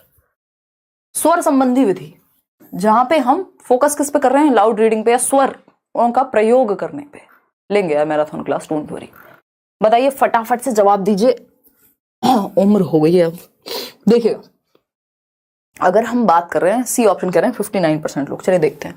ये विषय की बेहतर समझ में सहायक है, ये उच्चारण एवं वर्तनी सीखने में सहायक है, ये अधिकांशतः अंग्रेजी माध्यम विद्यालयों में प्रचलित है, ये पठन कौशल अर्जित करने के लिए आत्मविश्वास पैदा करती है। बताइए, स्वर संबंधी कक्षा के बारे में गलत बात पूछिए, सही बात नहीं पूछिए। जवाब देंगे सी कह रहे हैं 81% लोग। बेहतर, ये विषय की बेहतर समझ में सहायक है। उच्चारण और वर्तनी तो 100% सही होगा जब आप लाउड रीडिंग या सस्वर पठन कर रहे हैं या वाचन कर रहे हैं, जो भी कर रहे हैं, जहां स्वर पे फोकस है। ये अधिकांशतः अंग्रेजी माध्यम विद्यालयों में प्रचलित है, ये पठन कौशल अर्जित करने के लिए आत्मविश्वास पैदा करती है। ये बात एकदम सही है, गलत नहीं है। गलत एक बात है कि बेहतर समझ में सहायक है। कई बार क्या होता है, आप प्रोनाउंसिएशन उतने अच्छे पे फोकस कर रहे हैं कि समझ हो भी रही है या नहीं पता नहीं है, इसीलिए हम लाउड रीडिंग को कहते हैं कि ये समझ बहुत अच्छी हो रही है, ये नहीं पता हमें, ठीक है, और ये सही है बात। ये ही गलत है एकमात्र यहाँ। ये फैक्चुअल क्वेश्चन था, इसमें मैं और आप कुछ कर नहीं सकते हैं। क्वेश्चन नंबर 27 देखिएगा, ये क्या कहता है। क्वेश्चन नंबर 27 है, एक अध्यापिका अपनी कक्षा को 4-4 के समूह में विभाजित करती है, यानी 4-4 बच्चों का ग्रुप बना दिया और उनकी पाठ्य पुस्तक से पढ़े गए एक पाठ पर आधारित मुद्दे पर वाद विवाद का आयोजन करती है। यह किस प्रकार की भाषा अधिगम गतिविधि है। यानी बच्चे वाद विवाद कर रहे हैं, किन्हीं मुद्दों पे डिस्कशन कर रहे हैं, 4-4 के ग्रुप में बटे हुए हैं, यानी बच्चे ग्रुप में सीख रहे हैं, यानी रचनावाद है। ये बात तो हमें सही है, बट पूछा क्या है, परिणाम क्या हो गया मेरे को, परिणामात्मक गतिविधि यानी आउटपुट, संपर्कात्मक गतिविधि इंटरैक्टिव, निवेश गतिविधि इनपुट रिस्पॉन्स, परिणामात्मक प्रतिक्रिया गतिविधि। बताइएगा, फटाफट से बताइएगा, इससे पहले कि हम भिलाई छत्तीसगढ़ से आपको बहुत सारा प्यार। मैम आप रियल में सीडीपी क्वीन है मैम, आप इंग्लिश में और बहुत सारा पैसेज करा दीजिए ना प्लीज। तरुण अभी तो उतना समय नहीं है, और इंग्लिश में पैसेज ऑनलाइन यहाँ से कराने पे ना मजा नहीं आ पाता है ना, वो आप खुद से ही पढ़ के करें, प्रीवियस ईयर का प्रयोग करके पढ़ें, तो वो एक ज्यादा जरूरी चीज है, क्योंकि पैसेज प्रैक्टिस करा के भी मैं करा भी दूंगी, चलो फिर भी कोशिश करेंगे 1-2 पैसेज कर लें। आज जैसा क्वेश्चन नहीं मिल रहा है, पोल हटा ही दें। सही कह रहे हो संजीर, चलो कोई बात नहीं, 3 क्वेश्चन और हैं, अब तो पोल लगवा ही लो। है ऑप्शन डाल दो, शौर्य कह रहा है ऑप्शन डाल दो, नहीं आता। देखिएगा, इसका जो सही उत्तर है, सब मिक्स्ड दे रहे हैं अपने अपने उत्तर। एक अध्यापिका अपनी कक्षा को 4-4 के समूह में विभाजित करती है और उनकी पाठ्य पुस्तक से पढ़े गए एक पाठ पर आधारित मुद्दे पर वाद विवाद को कहती है, ठीक है। किस प्रकार की भाषा अधिगम की गतिविधि है। परिणामात्मक गतिविधि है, नहीं, आउटपुट बेस्ड थोड़ी है ये। संपर्कात्मक गतिविधि है, यानी इंटरैक्टिव है, या फिर निवेश गतिविधि है, यानी इनपुट है, यहाँ पे इनपुट रिच क्लासरूम है, कह सकते हैं। तो इससे बेहतर है, सिर्फ संपर्क की बात नहीं हो रही है, संपर्क के लिए और भी आसान तरीके होते हैं कि बस बच्चे कम्युनिकेट कर लें, मुद्दों पे बात हो रही है। तो निवेश गतिविधि है, इनपुट रिच क्लासरूम है, जहां पे थोड़ा सा फोकस किया जा रहा है, पाठ्य पुस्तक से पढ़े गए एक पाठ पर आधारित मुद्दे दिए जा रहे हैं, प्रॉपर इनपुट्स दिए जा रहे हैं टीचर के द्वारा, और अब चर्चा हो रही है। थोड़ा सा टेक्निकल है ये, बट आंसर जो है सी ही सही है। परिणामात्मक तो बिल्कुल नहीं है, क्योंकि परिणाम का मतलब सिर्फ परिणाम पे फोकस है, नंबर पे फोकस है। जी क्या कह रहे हैं शौर्य सिंह। क्वेश्चन नंबर 28 देखिएगा, कौन सा सत्य नहीं है। ये टफेस्ट सेट है, और ये जो लास्ट वाले क्वेश्चन चल रहे हैं ये पेपर 2 के चल रहे हैं, तो लेकिन सिलेबस सेम है, मुश्किल क्वेश्चन आना होगा तो पेपर 1 में भी आ जाएगा। देवेश शर्मा देखिएगा, क्या है, निम्नलिखित कथनों में से कौन सा कथन सही नहीं है। प्रथम भाषा का दूसरी भाषा सीखने पर सकारात्मक प्रभाव होता है। हाँ, हम पॉजिटिव मानेंगे कि एक भाषा आपको आती है तो दूसरी भाषा एसेट के रूप में काम करेगी, यानी एक रिसोर्स के रूप में काम करेगी। समझ में आता है, कोई दिक्कत नहीं है, परेशानी नहीं है। फाइनली है Sanjana Gupta ma'am, finally I love you a lot, आपने फाइनली मेरा नाम लिया है, I am so happy. Well आप सही समझे, यू आर ग्रेट। देख रहे हो विनोद, साइकिक एबिलिटीज, ठीक है कोई बात नहीं, अब अवार्ड दे देना मेरे को, मिलोगे कभी कहीं तो। नाम आपका संजना है, संजना ऐसे बताते नहीं है, फिर पड़ोसी देखेंगे पकड़ लेंगे, फिर क्या फायदा है, बेकार में हवाबाजी में पिट भी जाते हैं बच्चे।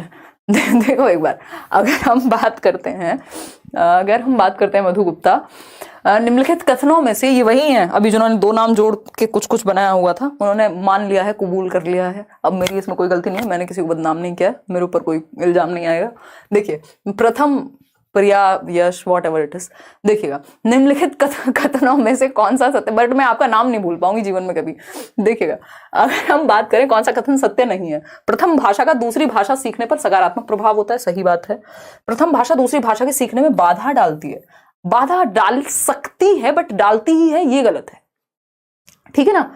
पठन कौशल एक भाषा से दूसरी भाषा में स्थानांतरित किए जा सकते हैं, यानी आप जो लैंग्वेज स्किल्स हैं वो ट्रांसफर हो सकती है, ट्रांसफरेबल हैं, आप दूसरी लैंग्वेज को भी हेल्प करती हैं अगर आपको पहले से कोई भी स्किल आती है। समय यानी ट्रांसफर ऑफ लर्निंग है। समय और अवसर दिए जाने पर बच्चे अनेक भाषाएं सीख सकते हैं, सही है, लेकिन यही गलत है कि इससे बाधा बनती ही है, ये गड़बड़ है, बाधा बनती ही है, ये गड़बड़ है, ठीक है जी। आगे बढ़ेंगे, बहुत हंसी आ रही है आप लोगों को, 2 क्वेश्चन और सॉल्व कर लो, आज वैसे ही इतना सेशन कठिन है। क्वेश्चन नंबर 29 देखिए, आंसू निकल रहे हैं आप लोगों के आंसर सही देने में, और प्रिया और यश पे हंसने में बहुत मजे आ रहे हैं आपको, हैं? देखिएगा, बताइएगा एक बार। अरे हमने देखे हैं ऐसे बच्चे, हमें पता है, हम दुनिया में रहे हैं। ये मत कहते ना किए कभी नहीं है ऐसे काम, मतलब देखिए, अगर हम बात करें मातृभाषा आधारित बहुभाषीयता होती है, बताइए फटाफट से बताइए, मल्टीलिंगुअलिज्म क्या है। कल्पना कह रही मेरे सुपर चैट का रिप्लाई नहीं दिया यार, कई बार मिस हो जाती है, वैसे कोशिश करती हूँ मैं ज्यादातर सुपर चैट पढ़ लूँ क्योंकि वो दिख जाते हैं अलग से, बट कई बार ज्यादा एक साथ आ जाती हैं तो दिक्कत हो जाती है। देखिएगा, बी ऑप्शन 82% लोग, और हमें छोटे शहर का एक्सपीरियंस है, हमारे स्कूल के बच्चे डरते थे बाहर निकलने में, छोटे शहर में निकलिए आप, हर दूसरा इंसान आपको जानता हुआ। खैर छोड़ दीजिए इन बातों को, आप इधर आ जाइए। मातृभाषा, हाँ शौर्य सिंह कह रहे हैं ऐसे तो बंक भी नहीं मार पाते होंगे, बिल्कुल सही समझ रहे हैं, बंक में बहुत इंटरेस्ट आ रहा है बेटा तुमको, किस दिन पकड़े गए ना अगर, फिर स्कूल नहीं जा पाओगे, होम स्कूलिंग होगी फिर। वैसे ऐसा तो हमने समझाया हुआ तुमको, कोई जरूरत तो पड़ेगी नहीं, वैसे इतना घूम लेते हो तुम, है ना। हाँ कुछ बच्चे हैं जो बंक मारने लग गए, बताओ, नहीं बंक हमने कभी नहीं मारा स्कूल में। देखिएगा, मातृभाषा आधारित बहुभाषिता होती है, मातृभाषा के द्वारा वस्तुपरक विषयों को सीखना, सही है। क्या आप कंटेंट सीख रहे हैं लैंग्वेज से, आप क्या सीख रहे हैं, मान लीजिए हिंदी है आपकी मातृभाषा, उससे आप हिंदी में ही इतिहास पढ़ रहे हैं, सही बात है। बी ऑप्शन है, शिक्षार्थी अपनी मातृभाषा से शुरुआत करते हैं और बाद में कई भाषाएं सीख लेते हैं, इसी को मल्टीलिंगुअलिज्म कहते हैं। ये फिर लैंग्वेज अक्रॉस करिकुलम हो जाएगा जो ए ऑप्शन है, लेकिन मल्टीलिंगुअलिज्म बहुभाषिता है कि एक भाषा शुरुआत कर रहे हैं बाद में कई भाषाएं सीख ले रहे हैं। फिर है, शिक्षार्थी अपने राज्य की भाषा के माध्यम से बहुत सी भाषाएं सीखता है, ऐसा नहीं कि राज्य की भाषा से ही सीखेगा या विदेशी भाषा, तो बी ऑप्शन ही एकमात्र सही उत्तर है। आज के लिए आखिरी सवाल, क्वेश्चन नंबर 30।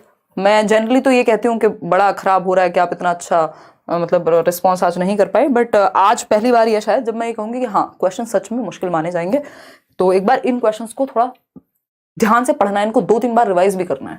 कॉम्प्रिहेंसिबल इनपुट, याद कीजिए स्टीफन क्रेशन को, कॉम्प्रिहेंसिबल, पता नहीं इंग्लिश पेडागोजी हिंदी में देने का क्या मतलब है, मुझे ये नहीं समझ आ रहा। स्टीफन क्रेशन, और ये पहली बार ही हो रहा है लगभग ऐसा, जो भी इनका नाम था। स्टीफन क्रेशन की जब हम बात करते हैं तो इन्होंने एक सेकेंड लैंग्वेज एक्विजिशन के लिए थियरी दी है, जो मैंने बहुत साल पहले कराई थी यूट्यूब पे। कॉम्प्रिहेंसिबल इनपुट जो भाषा शिक्षण की प्रारंभिक अवस्था में प्रस्तुत किए जाते हैं, निम्नलिखित में से क्या नहीं सम्मिलित करता है, यानी कॉम्प्रिहेंसिबल इनपुट में क्या नहीं आता है, बताइएगा एक बार, फटाफट से बताइएगा,